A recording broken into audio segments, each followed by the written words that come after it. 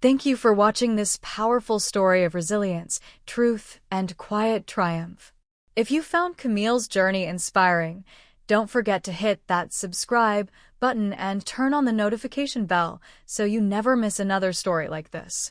We share real and relatable tales of justice, redemption, and second chances, especially for those who have been underestimated or overlooked. Your support helps us continue bringing these meaningful stories to life. Leave a comment below, let us know which part of Camille's story moved you the most, or share a time when you stood up for yourself. We're building a community that values integrity, wisdom, and strength, especially for our older viewers who know that sometimes the greatest victories come later in life. So please like, share, and subscribe. Together, let's honor the power of experience and the courage to speak the truth. They probably won't remember what you did anyway. The sentence lingered in the sterile air of Camille's corner office, delivered with surgical detachment by Victor Hale, CEO of Stratigenix Systems. I stared at the severance packet I had just signed, 6 years of 60-hour weeks erased with a click and a careless smirk. My face remained calm, the kind of composed you learn over time. "Thank you for the opportunity," I said as I stood. Professional until the last word. That's who I am, Camille Everett, lead systems architect. Or at least I was. As of 5 minutes ago, I was officially unemployed. Victor didn't bother to meet my gaze. He stayed glued to his dual monitors, fingers flying across his keyboard. Behind him, the Chicago skyline reflected in the polished glass windows his office didn't deserve. We'd raised $12 million in venture capital just 18 months ago to expand the very platform I had created. I exited the room slowly, passing the open workspace that still smelled of fresh carpet and new laptops. The younger developers didn't look up. Some were debugging modules I'd authored during late nights and skipped holidays. Modules that stitched the entire platform together. The memory of our early days resurfaced, working out of an abandoned industrial unit on South Kedzie when our budget barely covered pizza and electricity. I had handwritten server maps taped to the walls and kept coding even when the heating cut out during winter. "Heading out early?" asked Brendan, a junior engineer, glancing up from his screen. He was too new to know better. "Something like that," I replied, the corners of my mouth twitching in a half-smile. I gathered the few personal items I had, a notebook, a Polaroid of my nephew, and a ceramic mug that said System Whisperer. 6 years condensed into one tote bag. I had given them everything else. At the elevator, I shivered, but not from cold. Victor's parting jab hadn't just been cruel, it had been wrong. My architecture wasn't just foundational, it was mine. The layout, the flow, the annotations, all uniquely me. Even the structure of the internal documentation reflected how my brain processed systems. I had never finalized the full operational guide. It had always been on the back burner, edged out by sprints, bugs, and endless investor updates. The elevator doors slid open. As they closed, I took one last look at the office I had helped build.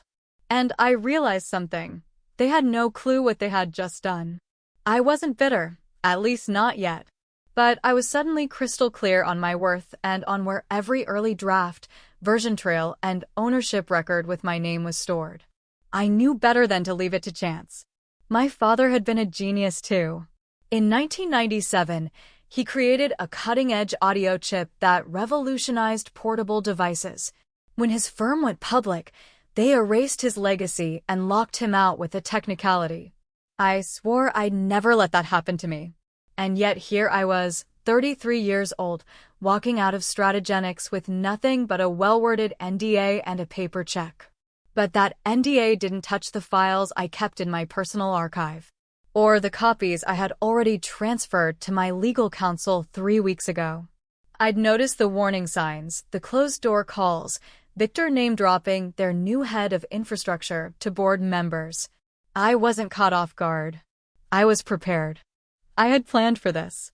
On the quiet drive back to my apartment in Lincoln Park, I dialed my attorney, Melanie Thorne. "They let me go," I said plainly. "Apparently, they're bringing in someone with a broader resume." I figured that was coming, Melanie replied without surprise. What's in the severance terms? 6 months, pay, basic non-disclosure. Nothing new around IP, just the original employment clauses. Smart, she said, and I could almost hear her smirk. Those files you forwarded last week are comprehensive. Come by the office tomorrow, we'll go over your options.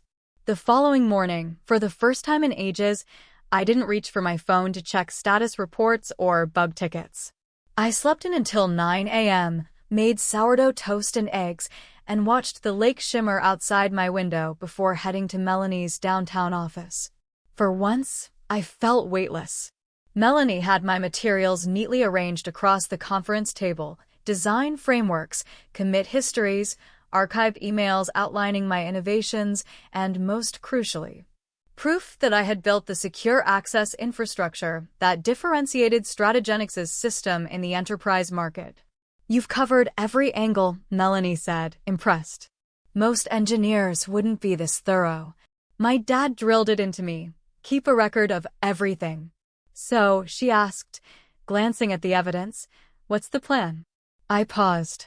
Retaliation wasn't my style. I wasn't raised to burn bridges, but I was taught to stand up for myself. Nothing for now, I replied. She nodded.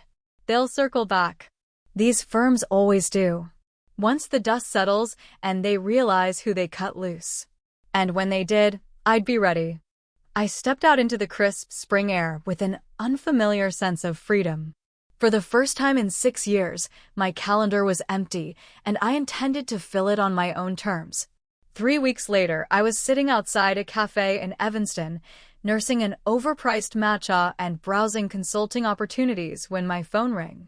The screen flashed a name I hadn't seen since the layoff, Michael Trent, Stratigenix's CTO. Camille, how are you doing? He asked, his tone almost too cheerful.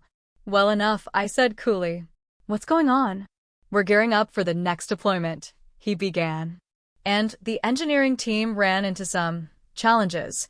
A few of your architecture choices are, let's say, hard to interpret. Is that so? I thought maybe you could help, just a brief consult. Nothing formal. Consult. That was the word he landed on. I stirred my drink slowly. I'm not sure that makes sense, given the way things ended, I said, keeping my voice even.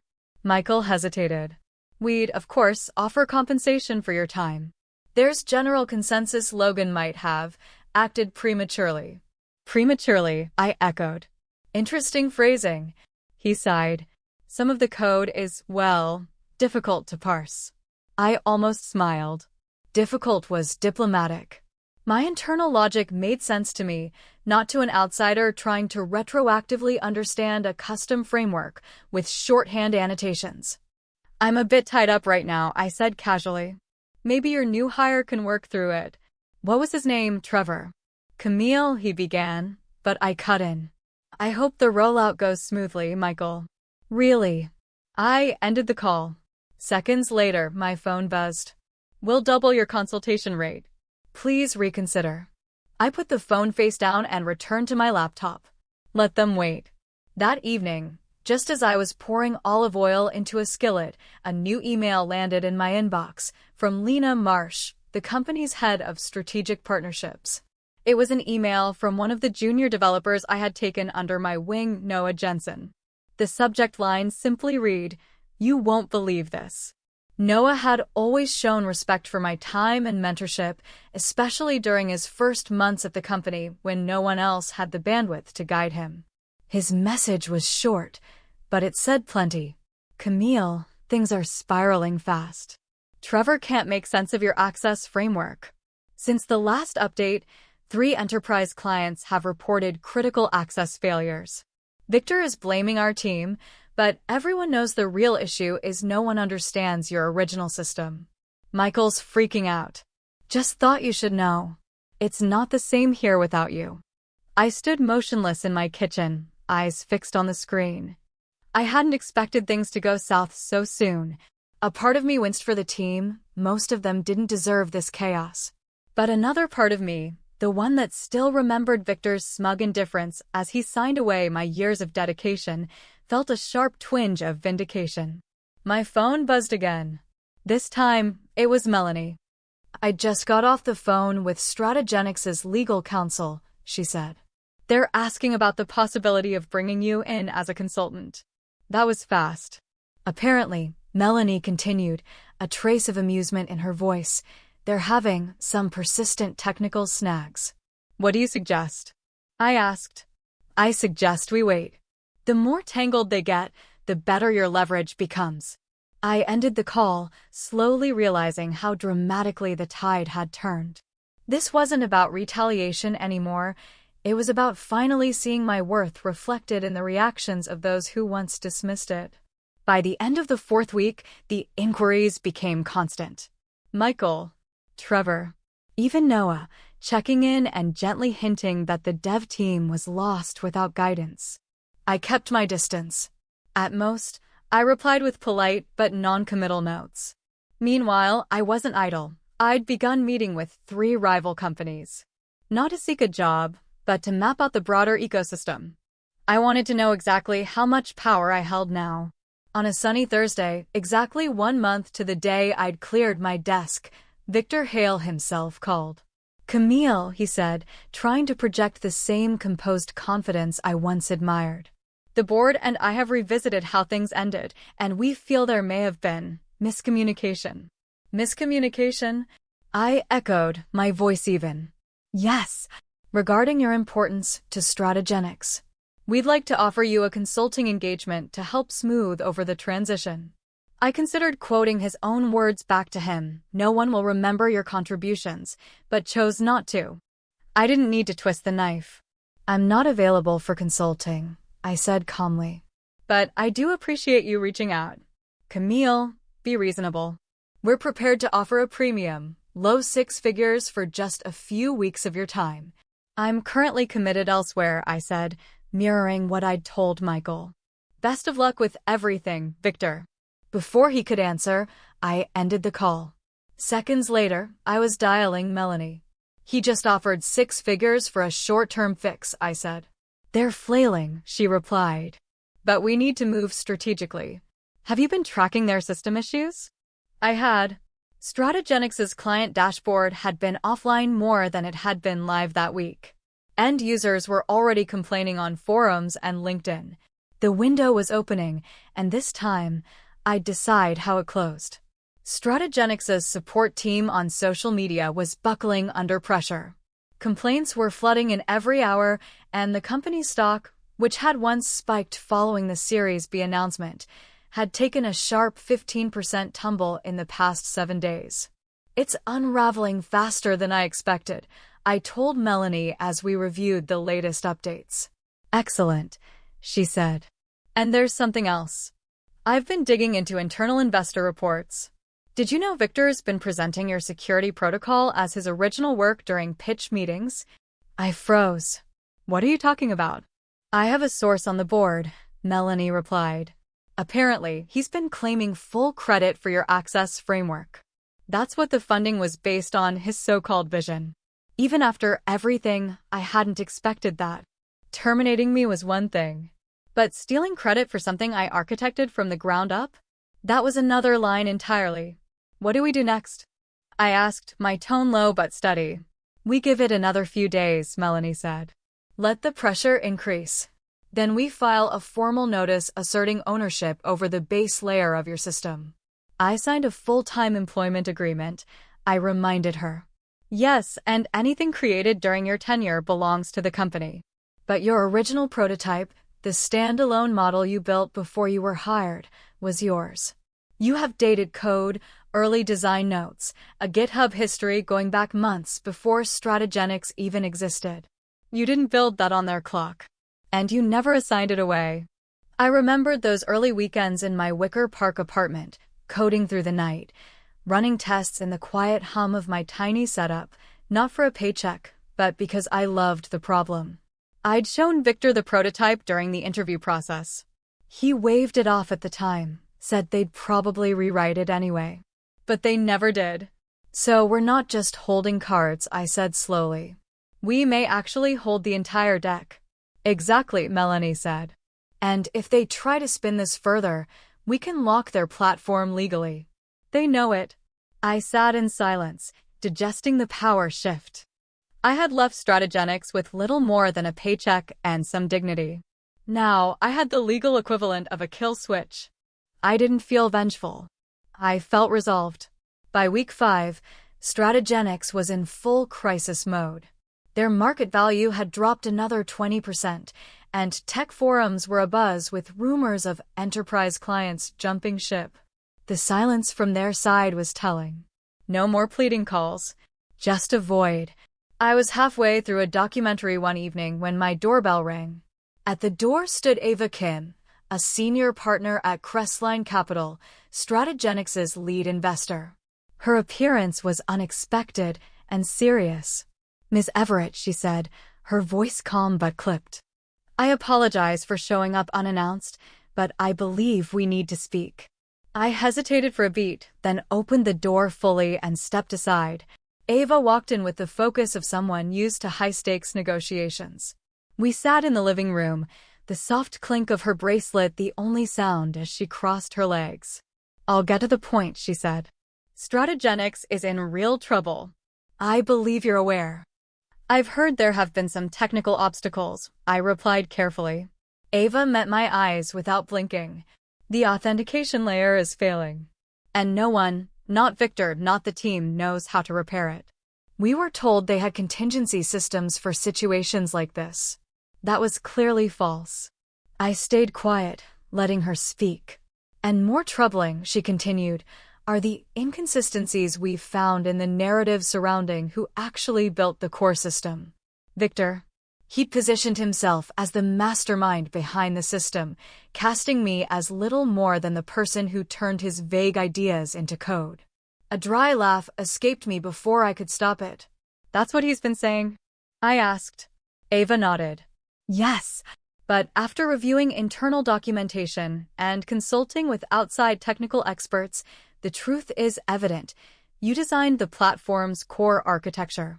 Victor used your work to secure capital, deliberately misrepresenting your role." I took a steadying breath.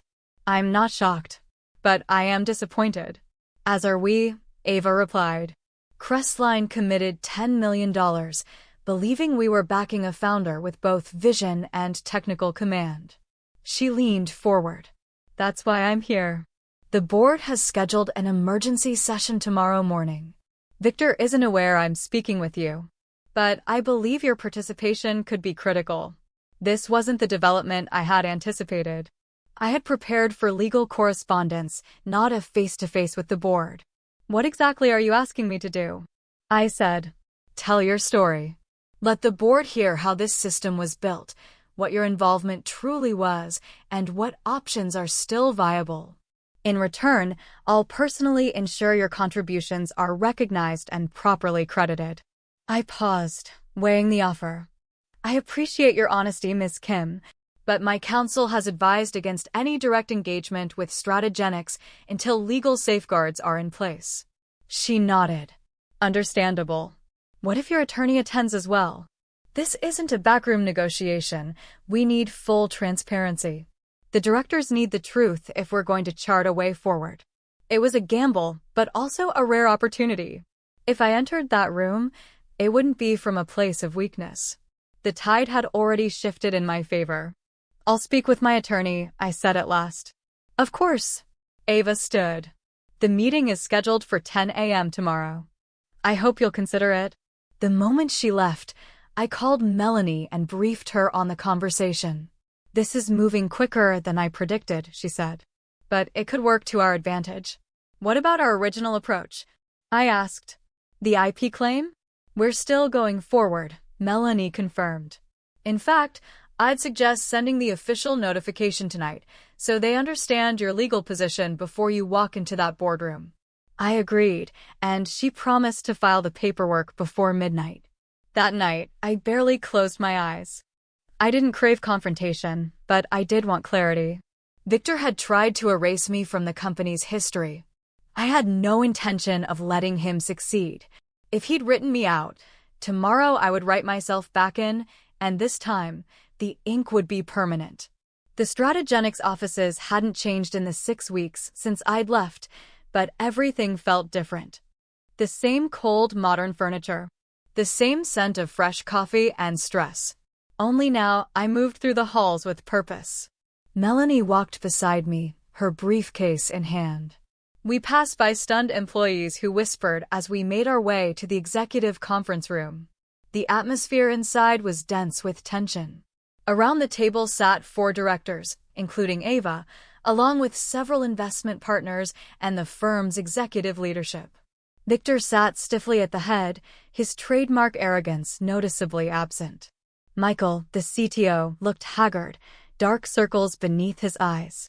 "Miss Everett, thank you for coming," Ava said, standing to greet me. "And this must be Miss Thorne?" "Correct," Melanie replied, her tone crisp. She placed her documents neatly on the table. I took my seat, meeting every eye in the room. For the first time in my career, I wasn't here to build something for someone else. I was here to claim what I'd built and make sure no one could take it from me again. "We accepted your invitation in good faith," Melanie began, her voice measured. "However, I want to note that Stratigenix's legal team received formal notice last night regarding retained rights over foundational components of their security platform." Across the table, Victor Hale's face flushed with disbelief. "This is outrageous," he snapped. "Camille signed a standard employment agreement. Everything she produced belongs to this company." "I'm well aware of what I agreed to," I replied, voice steady. "But the framework in question, the multi-tiered authentication layer, was initially designed and coded prior to my joining Stratigenix. I have time-stamped records and early-stage documentation to confirm that." A man seated midway down the table, Franklin Cho, a partner at Ridgebrook Ventures, leaned forward. "Victor, is that accurate? Were you aware this system predated her official role here?" Victor shifted in his seat. "Camille's implying more than she should." "Sure, she may have toyed with concepts on her own time, but the final implementation was built here, under our direction." Without a word, I opened my laptop and connected to the room's display system. "With permission," I said, glancing toward Ava Kim. She gave a small nod. The screen lit up with the version history of my GitHub repository, clearly showing initial code commits dated months before I was recruited. I moved on to archived emails from my onboarding week, where I explicitly mentioned bringing my security framework into the project. "You'll notice," Melanie added, tapping the table lightly, "Mr. Hale acknowledged Camille's prior work in writing, but never initiated any formal IP reassignment beyond standard clauses, which don't cover independently developed technology." The room fell quiet. Board members glanced at one another, calculating. Then I brought up slides from their investor briefings, presentations from their Series B roadshow. The authentication system was prominently displayed as a core differentiator. My name? Absent. Franklin removed his glasses, rubbing his brow. "Victor, you presented yourself as the technical originator of this system." "I directed its refinement," Victor protested. "I oversaw the development process." "Oversight isn't authorship," I replied evenly. "And your idea of oversight mostly involved unrealistic timelines and public praise you gave yourself for work you didn't do." A beat passed before Michael Trent, who had remained silent until then, finally spoke. "I can attest that Camille created the system's architecture. It was built to her logic, her specifications. We haven't been able to support it without her. That's why we're in this mess." Victor turned toward Michael with a glare, but it was too late. The mood in the room had shifted. "What is it you're seeking, Ms. Everett?" one of the other board members asked cautiously. Melanie responded before I could. "My client has no intention of dismantling Stratigenix. She stands behind the product, but she expects appropriate acknowledgement for her innovations, fair compensation related to the use of her framework, and binding protections against future misrepresentation." "And if those conditions aren't acceptable?" Victor asked coldly. "Then the notice remains active," Melanie replied without hesitation. "The firm will be legally prohibited from deploying the system, effectively halting its functionality." For a long moment, no one spoke. Then the reality of the situation began to register. The tens of millions raised, the contracts signed, the partnerships formed all rested on a product that now depended on a component they had no right to use. 6 weeks earlier, they dismissed me without a second thought.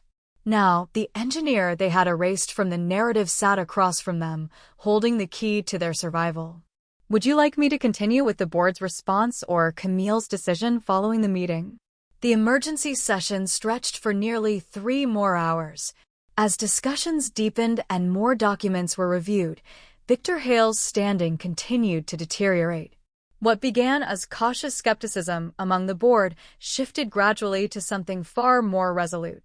Each email, each code snapshot, every version history I showed chipped away at the facade Victor had built. Eventually, Franklin Cho called for a break. The board members left the room, their expressions unreadable.